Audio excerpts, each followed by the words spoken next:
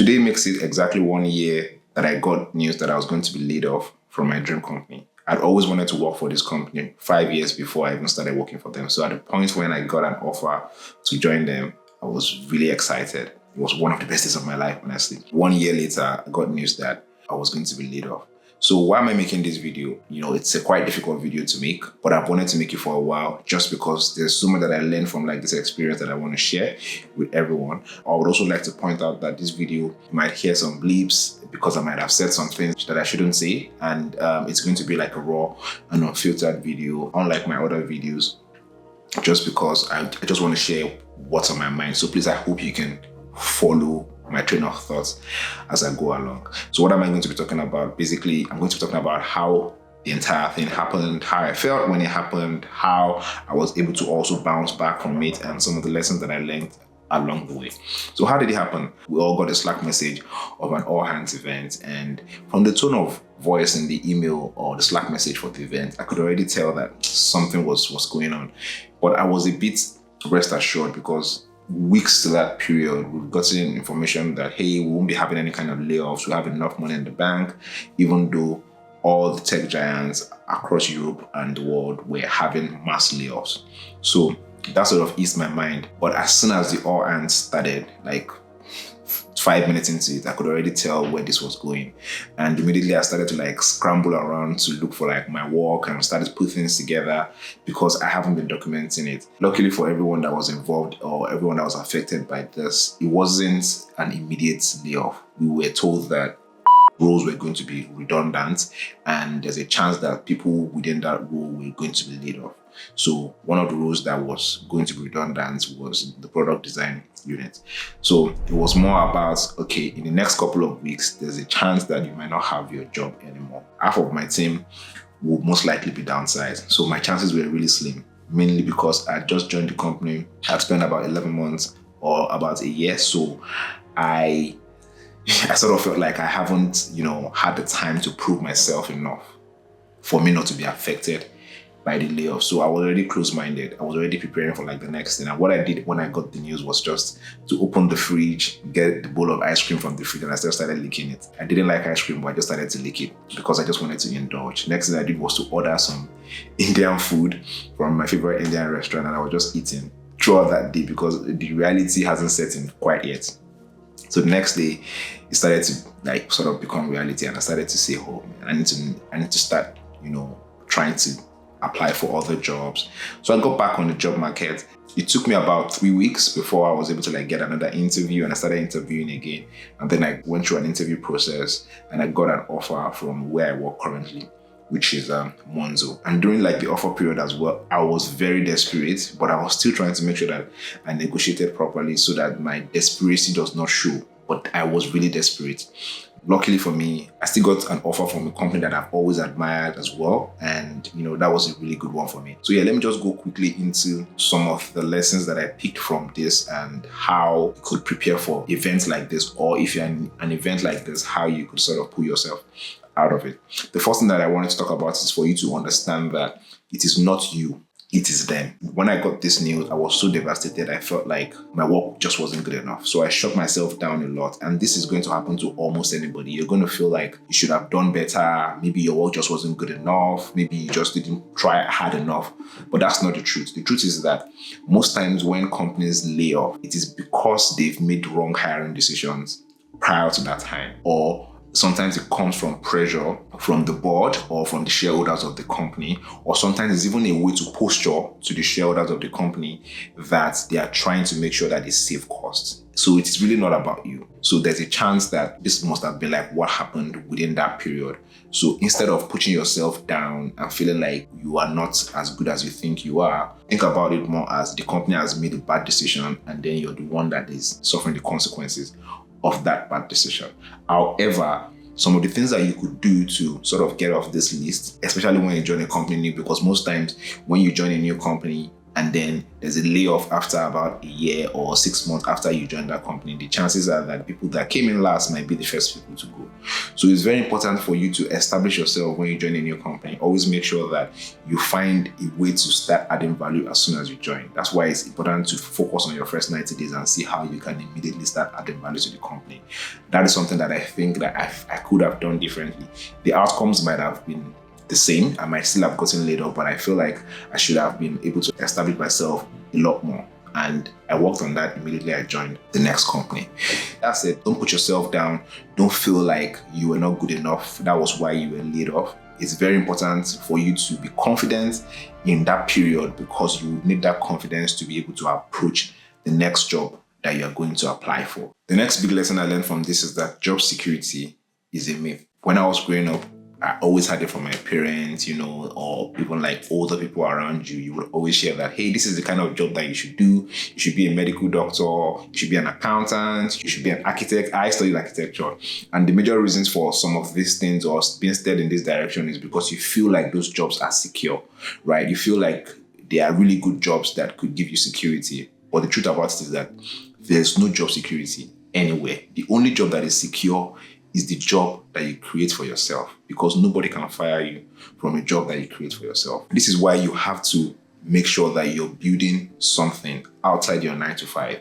You're not just going to work, finishing your work, and then getting to the other order of the day without building something for yourself. You need to make sure that you're building something for yourself and you're intentional about it. In my own case, during this period, because I'd already started this YouTube channel where I'm sharing design education, and I was also freelancing with some clients, the period of transition between getting laid off and getting another job, which was about 2.5 months, it was able to help me re-strategize, to think about how I want to deliver value for my audience on YouTube, and how I want to also help my clients as a freelancer that I was doing on the side as well. And it was in that period that I filmed and published my most popular video right now. So you can see how, because I'd already had some things I was doing on the side, I was able to have a period to not dwell on what was happening to me and focus on other things that I was building on the side. So you need to identify the unique value that you bring to the world and find how you can build something out of that outside your 9 to 5, so that you can create a secure job for yourself. The next thing is to make sure that you're fairly compensated.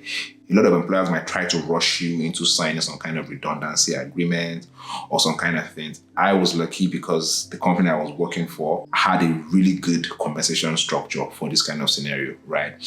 So I didn't have a problem with that as well. I think I was fairly compensated with my severance package that I got after I was laid off. However, a lot of employers do not actually do this. A lot of employers just want you to sign a redundancy agreement so that they can get on with it. So what you need to do is to understand the employment laws in the country that you're working in, right? And make sure that you're checking the severance package or the redundancy package that is being given onto you. You're checking that it aligns with the labor laws of the country that you're working for. There are lots of employment lawyers out there that can help you with this, to help you look through your contract. Don't just sign the contract, look through the fine print and see everything that is in that contract to make sure that you're being fairly compensated. While this was happening to me, I had another friend that was going through the same scenario where he was getting laid off as well. As soon as they told him that he was going to be laid off, he was in a room and then they interviewed him and they wanted him to sign some documents and all of that. And they were sort of trying to pressure him to sign the redundancy agreement so that they can get on ahead with it. When he told me about what they were offering him there, I was like, nah, this is wrong. You shouldn't be getting offered this if you've worked in this place for this particular period of time. Until he then got a lawyer, they looked through it and was able to negotiate a better package with his employer at the time. So it's very, very important for you to understand your labor laws of the country that you are working in case of this scenario. So when it happens, you can lawyer up and make sure that you're fairly compensated. The next lesson is to build your emergency fund. This is also very, very important. Whilst you're working in your 9 to 5, make sure that you're putting something aside in your emergency fund, so that whenever any kind of scenario happens or at every point in time, you should have about 3 to 6 months worth of savings that can cover your most important needs in the period when you might not be earning. And the way you can do this is to make sure that you're putting something on the side to build up your emergency fund, because you never can tell. It is not even about getting laid off. Any kind of life experience or live events could happen to you. You don't want to fall into a situation where you're getting into debt because you've gotten into this unfortunate event. This is where your emergency fund comes in. The emergency fund also helps you to not jump on the next offer that you get, because there's a chance that you might be desperate. If you have an emergency fund, you're not going to be as desperate. In my own case, I was more desperate because my visa was going to expire and I needed another company to sponsor my visa so I can stay in the UK. Luckily for me, I was able to get a company that I actually wanted to work for. I didn't get the next job or the next offer that I got out of desperation. But a lot of time you're going to be in this scenario because you don't have an emergency fund. You're going to fall into a situation where you're then desperate. If I could stay in the UK and I didn't have to join another company to get a visa, I would probably have not worked for about another 6 months so that I can figure out the next thing I want to do. Having an emergency fund helps you to actually figure out what you want to do, and then you're not desperate to like take up the next offer that comes your way. The last thing that you need to know is that you're as good as your last work. A lot of times when people get laid off or when they get unfortunate news like this, they start to scramble about and start to find their work and start to put it together so that they can package it for their portfolio, so that they can get really good chances of applying for the next job. I did the same thing as well.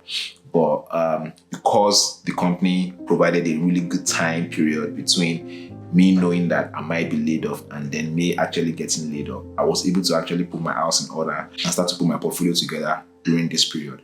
But a lot of people might not have the same chance. A lot of people, especially, I think the labor laws in the US allows employers to tell you that, hey, we are laying you off, and then you lose access to everything the next minute.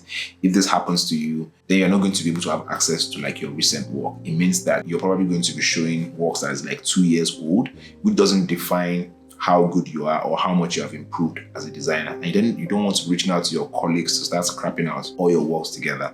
So the best way to get around this is that you should always document your work in your own private space. And one of the ways that I've been doing this since this happened to me, because I've learned a lot from that, is I would normally just carve out like 3 hours in a month. It's already there on my calendar, and what I'm basically just doing is I have a private space where I'm just bringing in stuff that I've done in that month and I'm just documenting it there, write some things about it. If you also have like a document where you talk about what you do weekly, that might help. What I'm talking about, being able to like put case studies together. So you don't have to do it the way I do it, where I'm actually documenting things every month. You can even do it in a quarter, right? For a quarter, you set out about 3-4 hours and you start to put the things that you've done in your own page. Maybe it could be a Notion document. And once you do that, you know that if anything happens or at any point in time when you even have to like put your work together or create a new portfolio, you have something to work with and you don't have to like start scrambling around.